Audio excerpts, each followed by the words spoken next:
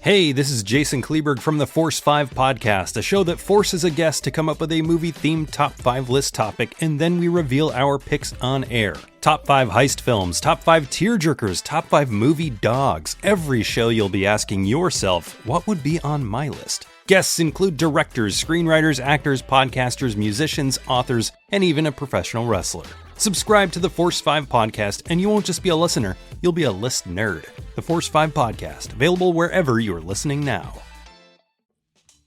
Do you love movies? So do I. What's up, y'all? It's KB, and I love movies, inviting you to listen to The Conversation, a film podcast where passion meets perspective and opinion. From the old school to the new, I invite a guest on to discuss the movies that thrill us, challenge us, break our hearts, or even blow our minds. There's always new episodes dropping wherever you get your podcasts. So join the conversation. We don't just watch movies. We love talking about them too. The Conversation with KB Loves Movies, a part of Someone's Favorite Productions podcast network. And now for something completely different. It's crazy evil. Hello again, this is Mark, Hello again, this is Mark, and this is Wake Up Heavy Recollections of Horror, Special Edition, Hot Takes Edition, on Mandy. Mandy is a 2018 film by Panos Cosmatos, whose previous movie was Beyond the Black Rainbow. And I have no idea why I said both those titles in that manner. Maybe I'll add some effects afterward so that they sound creepy or something. Or creepier, I should say. Originally, I was going to write a blog post about the movie since it's a brand new movie and doesn't really fit with the theme of the podcast. Then I got bored because writing's for chumps, kids. That doesn't sound right. So I'm going to exercise my vocal cords for the next full episode of Wake Up Heavy on Bob Clark's Black Christmas, which should be out in a week or so. Mandy stars Linus Roach as Jeremiah Sand, the egomaniacal leader of a cult. Andrea Riceborough plays the titular Mandy, and Nicolas Cage plays Red. Red and Mandy live an idyllic life in the Pacific Northwest when one day Jeremiah Sand sees Mandy and must have her. Sand enlists the help of a demon biker gang to kidnap Red and Mandy. When things don't go as planned, Mandy is killed and Red is left for dead. Red borrows weapons from his friend Carruthers, played by Bill Duke, and then fashions himself a badass, heavy metal battle axe. It's crazy evil. I will admit I was not the biggest fan of Beyond the Black Rainbow. Back when I first started watching tons and tons of horror movies, I was hanging out with my friend Ronnie, and we'd try to get together every week. And at first we were just hanging out and drinking coffee, and then we decided, well, let's watch movies. And then it kind of turned into every movie was a horror movie. And this is something that had been on my radar for a while, even though it had come out about at least 5 years prior to this in 2008. And I think Ronnie suggested that we watch it, and I had been eyeballing it on Netflix anyway. So we did, and weren't all that impressed by the end. It has some great visuals, and it has a really nice score, and I think the idea is there. Just something about it, and a lot of it I think had to do with the lead actor was a bit off-putting. I wouldn't call it a bad movie at all, and I know a lot of people really love it. And so when I started hearing rumblings that Cosmatos was making another movie, I went back and watched it again on my own. And sometimes, and there is an article I just read, and I think I should probably look it up before I do this, but I think it was from the Film School Rejects site, and if I put this on the blog, I will link the article. This may just end up on SoundCloud. Either way, I'll link it in the description. But it was discussing how watching movies on your own can be a better experience for you, the viewer. And I do kind of feel that way. Sometimes, especially with horror movies, when I'm watching with my wife, I can kind of feel her not forgiving the things that horror movie fans forgive, and a lot of stuff can be frustrating, and we all see that in movies, but for non-horror fans, it's like, well, why the hell did she do that? That was dumb. And we know that it's to drive the plot forward, and people do stupid things in horror movies. And so I think that was part of the experience the first time I watched Black Rainbow. So the second time I was by myself, and I did enjoy it a little bit more, but it's still not high up on my list of modern horror films. And it's actually kind of a stretch to call it a horror film, as it is with Mandy as well. But I can say unequivocally that I enjoyed Mandy much, much more than Black Rainbow, and think that it is a much more accomplished film. You can see the progression, you can see the bits and pieces that kind of continue on from Black Rainbow, and there are connections supposed to take place in the same year, in the early 80s. I think it's 1983, and I'm pretty sure in the same area of the country. I may be mistaken about that. It's a much more fully realized film than Black Rainbow. Shortly after I joined Twitter, the buzz started to happen with Mandy, and so I kind of caught it at the beginning, and film Twitter was just all a buzz about Mandy and how amazing it was, and Nicolas Cage's performance, the music, the visuals, everything was just top notch. And so I started to get really excited, but also kind of worried about how and when I was going to be able to see it. Fresno doesn't get a lot of smaller movies like this, and with movies these days, especially low budget or independent films, they open in the theater and on video on demand on the same day. And so video on demand is usually the option for us folks here. And I was fine with that, and I almost rented it a few times. Then I saw Shudder's announcement that it would be streaming through their service coming soon. Now, coming soon is a relative term, and it's been relative for them, which I understand is not totally under their control. The rape revenge movie, Revenge, that had gotten a lot of buzz, they picked up as well and had coming soon listed for that for about 6 months. I think at one point it even had a date in May announced, and that came and went, and I don't think it actually arrived on Shudder until August. So Mandy came out in September, and it just kept playing. Theaters were booking it all across the country. It was getting extended stays in these theaters. So I thought, this is going to get pushed back and pushed back. Eventually, the date of November 29th was announced. So that eased my mind. I knew that I was going to be able to see it. If I have a streaming service and a movie's coming to it, I can be patient. And I have had to learn to be patient because I have been burned on a couple of movies that I rented, didn't care for all that much, and then a week or so later, they were on a streaming service. So I waited out now. When the 28th rolled around at 9 o'clock Pacific time, I figured I'd take a gander and see if it was already up on Shudder, if they were running on East Coast time, and it was, and everybody was still up in the house, so I just put on my headphones, turned on the laptop, and thought, I want to check out the first couple minutes. And so I did, and I liked what I saw immediately, and then I turned it off.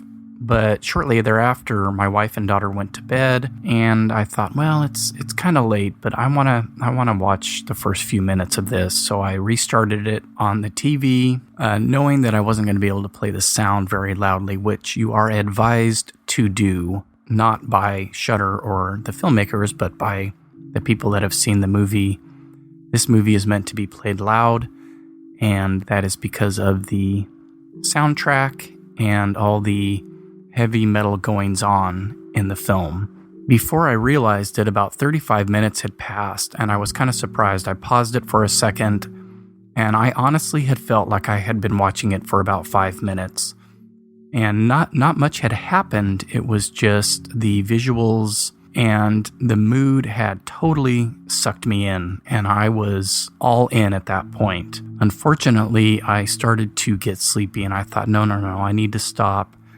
and return to this when A, I can play it loudly, and B, I'm fully awake, and C, everything else is shut off. No phones, no laptop, nothing. I'm going to sit and absorb this one. So I went to bed, went to work the next day, got home, turned it on, tuned everything else out, and really, really liked it. I didn't love it, but I think that I might when I watch it again. And probably the only reason that I didn't love it immediately is that, kind of like Beyond the Black Rainbow, there's not a whole lot going on. And I'm sure people are going to roll their eyes if they hear that, but it's a pretty simple story, and there's nothing wrong with simple stories. Sorry, I choked on my own spit again.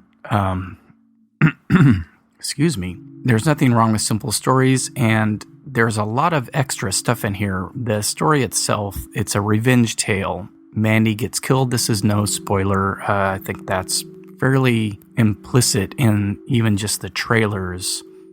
And so it's Nicolas Cage taking revenge on Jeremiah Sand and the Demon Biker Gang, etc. But Mandy is a case of style over substance, and there's nothing wrong with that when that style hits you in all the right spots, and this one does for me. Something like Requiem for a Dream has a style that just absolutely frustrates me.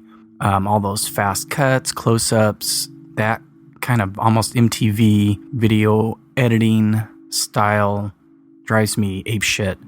And this is not that. It's, the film grain that they added, the color saturation, the animation, the production design, and all of that is highly stylized, but it's the kind of style that works for me. So this is obviously very subjective, and some people are going to look at it and go, there's nothing to this, it's all hype, and that's perfectly fine. We're all allowed our own opinions. But this one worked for me oodles more than Beyond the Black Rainbow. There's tons of geeky film references throughout. If you spot the Blue Velvet reference, drop me a line and I'll send you some stickers. You can email me through the suggestion box on the blog, shoot me your address, the Blue Velvet reference, and I'll give you some stickers. Or if you don't want stickers, you can just post it on the blog, Twitter, Facebook, Instagram, whatever. And I love that kind of stuff when it's not ham-fisted, like all the horror movies that name their high schools after George Romero or John Carpenter or whatever, or all the characters' names have the names of famous directors. So some of the things that I really loved about Mandy, as I've mentioned, is the style. The animation is incredible. It's very reminiscent of Heavy Metal magazine, and I think even better than Heavy Metal, the movie. And whoever did that animation needs their own full-length feature. It's just incredible. Along with the animation, the title cards, there's, I think, 3, and they are gorgeous. The score is amazing, and unfortunately, Johan Johansson, who did the score, died shortly before the movie came out. But there's also this bit of music. Jeremiah Sand is kind of Charles Manson-esque, a failed musician who ends up becoming a cult leader. So let's listen to a little bit of his amazing song. Do you like the Carpenters? I think that they're sensational, but this is even better.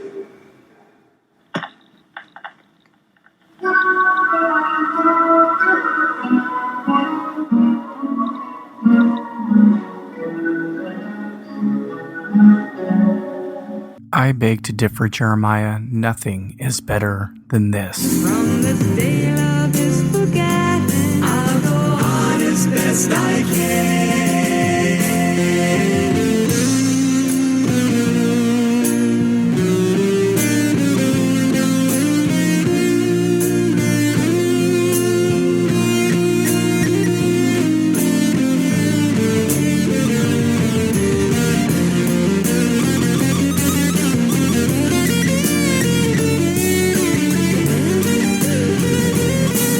Acting is great. Andrea Riseborough doesn't get to do a whole bunch, but she's very good in this movie.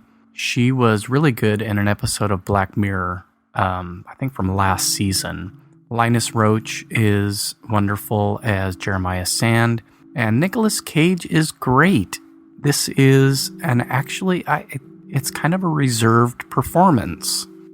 At least it's not filled with weird affect and kind of that wild-eyed, manic acting that he can do. There's a really emotional freak-out scene, but it's still not over the top or kind of silly like some of his other parts can come across. And I thought he did really well, so we'll see. Oscar nom for Nicolas Cage for Mandy, that would be awesome. And last, but by no means least, is Cheddar Goblin. And that was the kind of breakout viral sensation of the movie. I don't think that they intended it to be. It's just an odd thing that happens at a very crucial point in the movie, and I won't say any more about it than that. If you've seen it, you know what I'm talking about. If you haven't, you'll get a nice surprise during the movie. But Cheddar Goblin is probably the breakout star of Mandy, and my life will not be complete until I get an action figure of him. So that's my hot take on Mandy by Panos Cosmatos, starring Nicolas Cage, Linus Roach, and Andrea Riseborough. If you don't have a subscription to Shudder, get one. It is, if you do the annual subscription, it is less than $50 a year. It's $3.99 a month, and it's well worth it for horror fans. If you're a horror fan and you don't have Shudder, I don't know what's wrong with you. Otherwise, definitely rent it. Video on demand. I'm sure it's in the Redbox catalog, so get on it. Watch it. Okay, thanks for listening. The 5th episode of Wake Up Heavy should be up in about a week or two on Bob Clark's 1974 holiday slasher Black Christmas. Thanks for listening, and don't forget to wake up heavy.